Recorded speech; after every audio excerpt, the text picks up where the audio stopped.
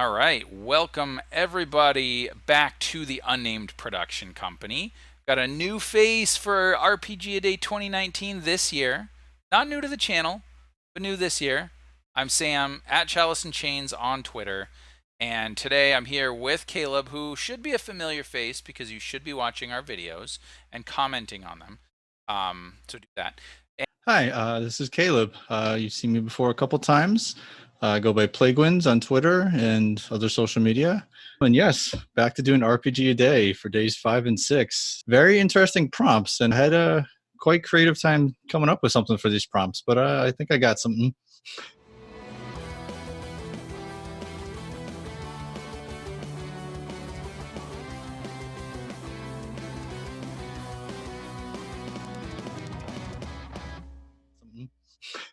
So prompt number 5 is space. And once again, like the previous ones, that could be taken many different ways. I went with games in outer space, since sci-fi is definitely one of my preferred genres. And I'm just going to be pretty much showcasing 3 games that predominantly set sci-fi that is predominantly set in outer space. First is Mindjammer. This is put out by Mindjammer Press. This uses a modified version of Fate Core, and this is a massive tome. Fate Core has been tweaked very heavily in order to run pretty much a space opera setting, and it's called A Transhuman Adventure in the Second Age of Space. What I love about this book is the setting is just exhaustive. It is so overwhelming and intimidating, and the author actually tells you pick one corner and start there and build out, because you will just pull in my case, pull my spikes out just going through it. It is just an insanely massive setting. But it's just, I mean, it's got galactic empires, the commonality of humankind. A big part of it is the mindscape, which you can pretty much upload your brain to it. It's like you have an avatar, and it's like an internet with like everyone in the galaxy. Very cool and epic sci-fi. Yeah, if you like crunchy Fate, that's the way to go. Not a huge Fate fan, but I absolutely love the setting. Yep. So I'm willing to bypass that. But there actually is a Traveler version of this book made also. So if you're into Traveler, boom, the book's right there for you. You don't even have to hack it. Yeah, and that book is actually really good too. Although I haven't checked out the new Space Toolkit rules that Fate put out. I think they're part of the SRD now, so you might be able to find them online for free. In Mindjammer, they go so far as to do things like set up rules for how to create like factions and events as aspects and utilize them and give them skills and stuff. So it's a little bit crunchier, but at the same time, it really kind of helps you focus in on this particular way of portraying the world. So if you are into Fate, you're into sci-fi, that's an excellent, excellent recommendation. Awesome game, awesome setting. If you like Fate, yeah, there you go. Space opera made for Fate. This is probably on the heavy side if you don't know Fate. This is not a good intro to Fate, but it is excellent space opera, very excellent setting, just absolutely exhausting. The second game I'm going to talk about is one of the prettiest covers I have seen in a long time. It's Coriolis, The Third Horizon. This is from Free League. This is described as space opera meets Arabian Nights. I think what they mean by that is like religion kind of plays a big role in this setting. It's called The Third Horizon also because humankind has colonized past our solar system. The first wave went out at a certain point. The second wave went out, lost contact, and then the third horizon is the current one. But the artwork, I mean, this is sample, and it's like this the whole entire book. It's full color, absolutely gorgeous artwork. Spend the whole time just showing off all the artwork in this book. Kind of got a like, I think also like a kind of like a swashbuckling feel. And this is pretty much a human dominated empire. There are rules, I think, for playing aliens, but it is made to be a human-centric one. You pick a theme for your group. Are you smugglers? Are you intergalactic couriers? Are mercenaries that can be called upon the front line? Once again, a very exhaustive setting, but I'm sorry, I absolutely love those. Just dig in, endless amounts of story material. So that's my second pick is Coriolis. My third pick, Star Wars. This is the Edge of the Empire book, but this is for just Star Wars in general. Like I said in an earlier video, I absolutely just love Star Wars. I have all the books. I do movie marathons of them all the time. And like I said, the old Star Wars D6 was the game that boom, just sucked me right into this hobby. Did not really like the D20 versions of them, but I love the Fantasy Flight versions, which, well, now it's the Genesis system, but it was just the Star Wars system. Great. It works great for Star Wars. We all know most of us know Star Wars. We know a lot of the races. We know the faces. We know the ships. So I guess out of the three, it's the only licensed one, but it's Star Wars. How could you not love it? Oh, I agree. Yeah, and that is the one I was going to talk about. I also have my Edge of the Empire book here, and that's my particular favorite one out of the three books that they have. They have basically the Edge of the Empire, like Caleb said, where it's your smugglers, your bounty hunters, fringers, kind of everybody making it on the fringes of the galaxy. And then Age of Rebellion is more of your classic, like the rebellion versus the Empire. And then Force and Destiny is the one that is kind of telling stories about those Force sensitives and how they have to survive in the post Battle of Yavin era when the Empire is still at its full strength and is hunting them down. So really great. And of course, if you haven't seen the Genesis system at work, or the narrative dice system, I think is what it's called, it's my favorite system right now. If you guys have seen any of my stuff on Chalice and Chains, you will know the vast majority of the content on there is sci-fi related. I've run a full Edge of the Empire campaign I called the Sunday Sandbox, which was a lot of fun, and that really focused around kind of Nar Shaddaa and some stuff there. I also have used Uncharted Worlds, which is a cool powered by the apocalypse system. I would say it's almost a rules light version of powered by the apocalypse. And if you're interested, I have run a few games on my channel in that system, including one with the author of the game. But also, I would recommend checking out Ivan Mike 1968 on YouTube. He ran, I think we did 2 sessions on his channel that was really fun, and he was kind of toying around with the idea of, can you run it more like an OSR system in one session and then more the traditional powered by the apocalypse system. But yeah, to me, space and sci-fi and the space genre have always been more appealing and relatable. And what's interesting about it is, Caleb, you were talking about how Coriolis is more of like a humanocentric setting. That's what I find most appealing when I think about Star Wars. And my second favorite sort of sci-fi genre is cyberpunk. What I like about those genres and the stories that you tell is telling them from a human point of view, because that's what I can relate to, obviously. And I think that the stories that I have most identified with in sci-fi genre have been humans experiencing space and dealing with humanity and trying to figure out what is humanity in this vast universe, right? So things like Star Wars, Firefly, Battlestar Galactica, Blade Runner, The Expanse is another one that I love. Babylon 5 is great. That's my Yeah. favorite. Yeah. Yeah. These are games set in space or in a futuristic world in which we've gone into space. And what does that mean? What does it mean to be human? Those were the stories that I enjoyed telling. The other thing that I really like about space and about sort of sci-fi in RPGs is that it's very moldable and it's very easy to plug in your favorite system, whatever that might be, into that genre. And I think whether you want to call it space fantasy, which is Star Wars, right? Whether you want to do more like a hard sci-fi, whether you want to do a cyberpunk thing, whether you want to do the sort of transhumanist thing, like Caleb was talking about 5e, right? You can use D&D 5e in space if you want. Keep an eye out. I think next year, 2020, I believe Absolute Tabletop is going to be trying to kickstart their Harbinger campaign setting and rule set, which is based on 5e. And then, of course, you've got things like Starfinder, which is based on the Pathfinder system. Star Trek Adventures is pretty big Star right Trek now. Adventures, yep, which is created by Jay Little, which is one of the guys who created this system. I actually did use D20 Modern Hack for 5e to run a Starship Troopers game. Oh, okay. Yeah, I can see that So, working. yeah, so that was a lot of fun. So, I love space. I love sci-fi.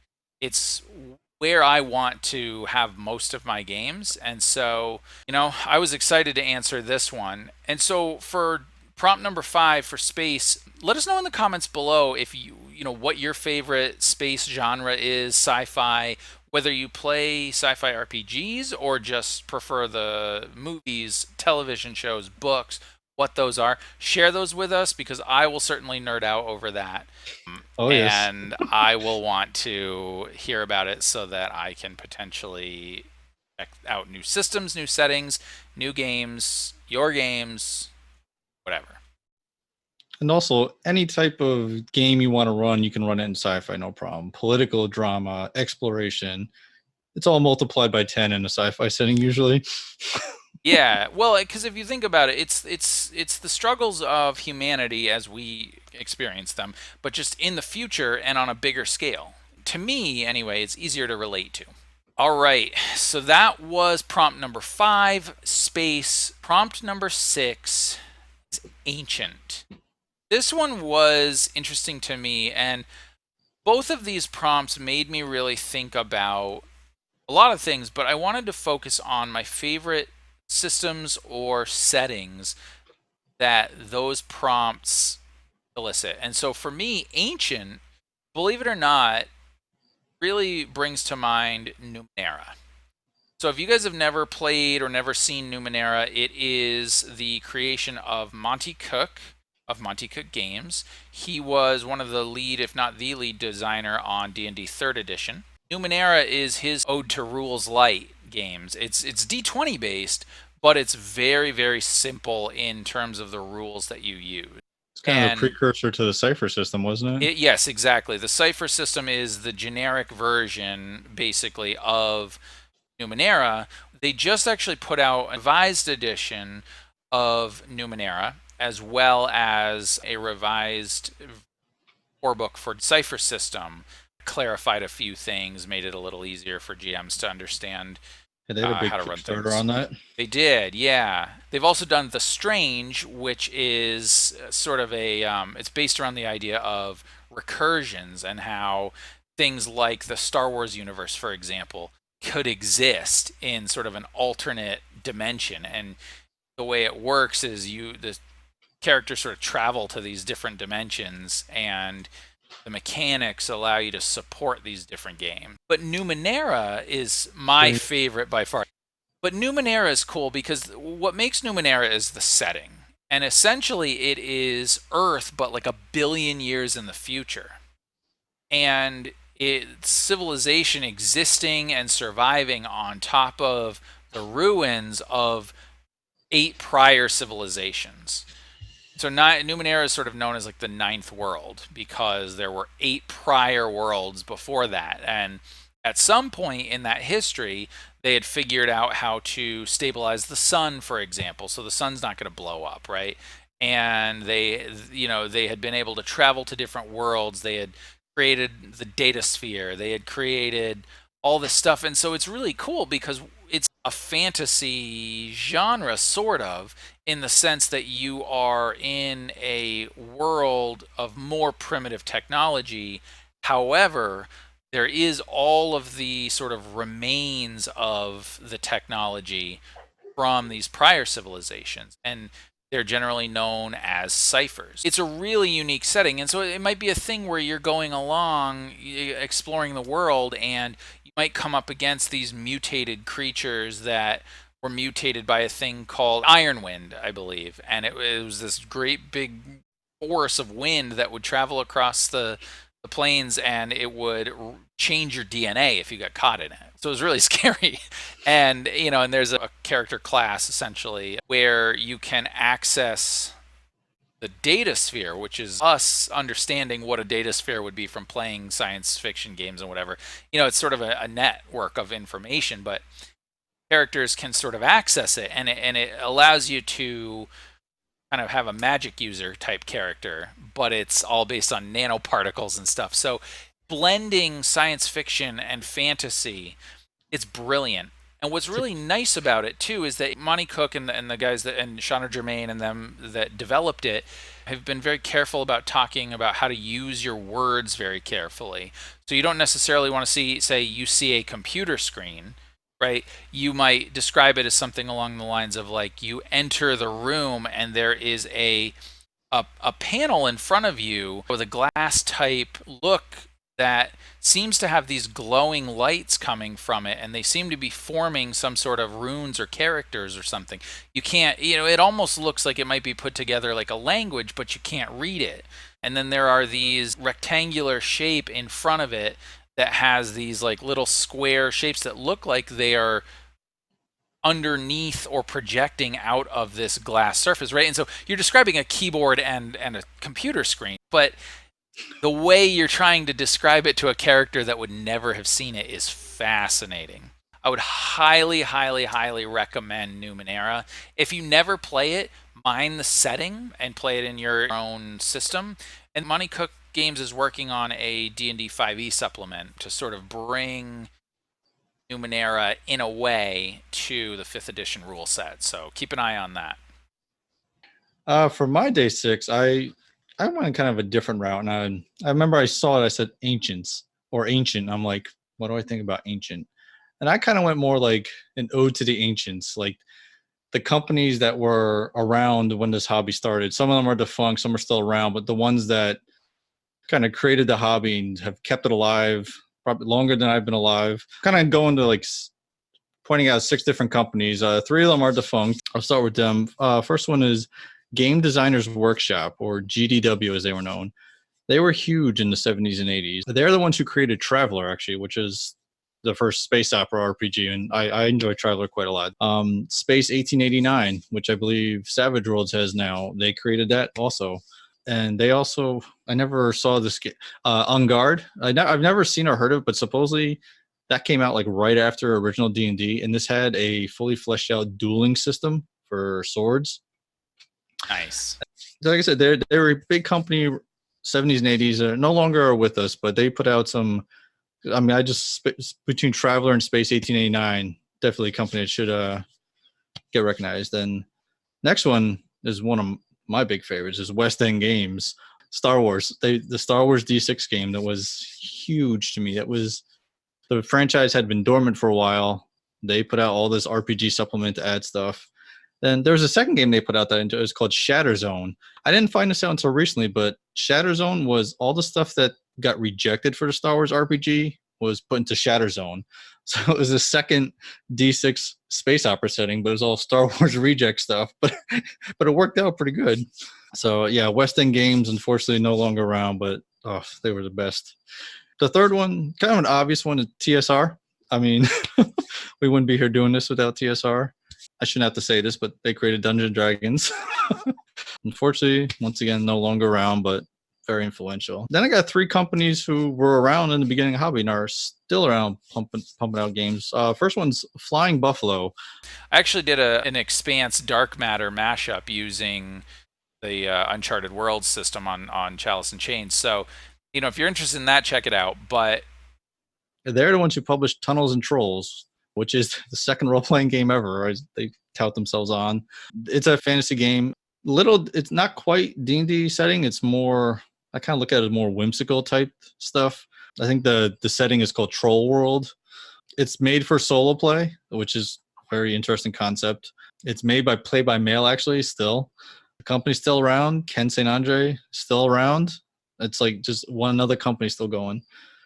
I actually did an Expanse Dark Matter mashup using the Uncharted Worlds system on Chalice and Chains. So, if you're interested in that, check it out. But another one, I may get crap for this one, but is Palladium. For mainly because of Rifts, and Rifts is awesome setting. I guess kind of sci-fi-ish, but it's a little bit of everything. It's one of the few games you can literally have a wizard squaring off with a cyborg, and oh my it God. works. Palladium Games put out books for every single thing you could ever want in a role-playing game. Fantasy, Yeah. Yep. Which apparently is great. I've never played it, but I've heard this. Yeah. I mean, everything. If you like super, I mean, it's crunchier than Pathfinder, which very few games are. Rift's got a Savage World reskin, Yeah. which is awesome. Savage Rifts is really cool. But Rifts is such a cool. Like I said, you get a wizard going against a cyborg, and it actually works in the setting.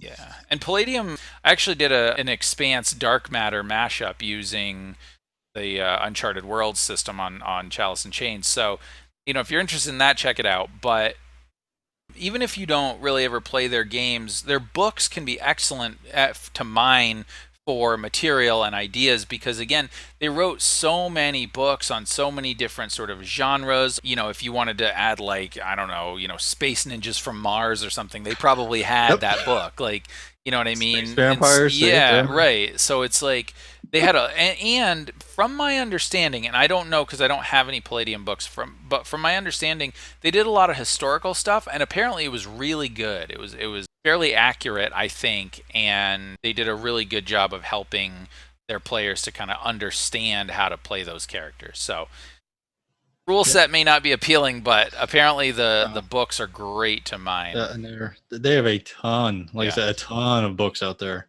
especially the Rifts line. There's Oh just yeah. huge ton of books. And then the third kind of ancient company I want is Chaosium. Chaosium's been around, I think, as long as I have, early 80s. They're no Call of Cthulhu, one of my favorite games, still going. The game is still in 7th edition, is still going. They haven't published too many other settings, but Call of Cthulhu has been going long. And then the basic role playing game, that's the system they use. Right. I've only used it in Call of Cthulhu, but it's a way to adapt that system for any genre. But yeah, Chaosium Publishing still going. They almost went under. They had a bit of a problem with their 7th edition Kickstarter, but they're back now. And RuneQuest just got relaunched by them. Um, Yeah, it beautiful did. book, beautiful book. If you don't know, that's one of the older fantasy settings out there. How do you say Glorantha? Glorantha, yeah. Yep. Yeah, I believe the RuneQuest core book just came out. It's very, very Yeah. recent that the new one just came out.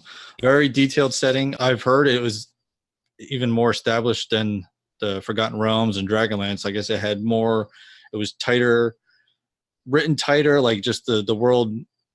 The world was more alive than the D&D settings. So I know this has mainly been a sci-fi talk, but Call of Cthulhu is one of my favorites. So Yeah. And that fits well with the ancient prompt, yeah, because if you come up ancient against the one, ancient one, good the night. ancient one. You're going insane and then you're gonna die. Yeah. Or hopefully you'll just die first. Maybe, yeah. You never know with that. Yeah, Um, exactly. so that was my day 6 ancient. I kind of just did like an ode to the ancient companies. Some still with us, some no longer with us, but Nice. Absolutely. Well, thank you, Caleb, for that. We'll certainly be back with prompt number 7, which is familiar. So that will be fun to see how that works. And then prompt number 8 is obscure. So look for those in the following days. We will have obviously more videos as we go through. We will try to get all 31 of them for you this year. Hopefully we'll get them all in time. But came close last we year. did come close last year, yes. If you are enjoying RPG a Day, please give this video a thumbs up. Subscribe if you haven't already. Certainly would love to interact with you guys. So want to hear from you in the comments and we will respond. So please do comment in the video below. If you have created any of your own videos or you have a blog or you have art or wherever you might be participating in RPG a Day, put a link in the description. We're giving you permission to do that. If you want to link your own video, do it. Take over our channel. Exactly. Yeah. Just talk about what it is you're doing, or just in general, if you have something to say about the prompts, or if you want to defend Palladium as the greatest system ever, that's okay too.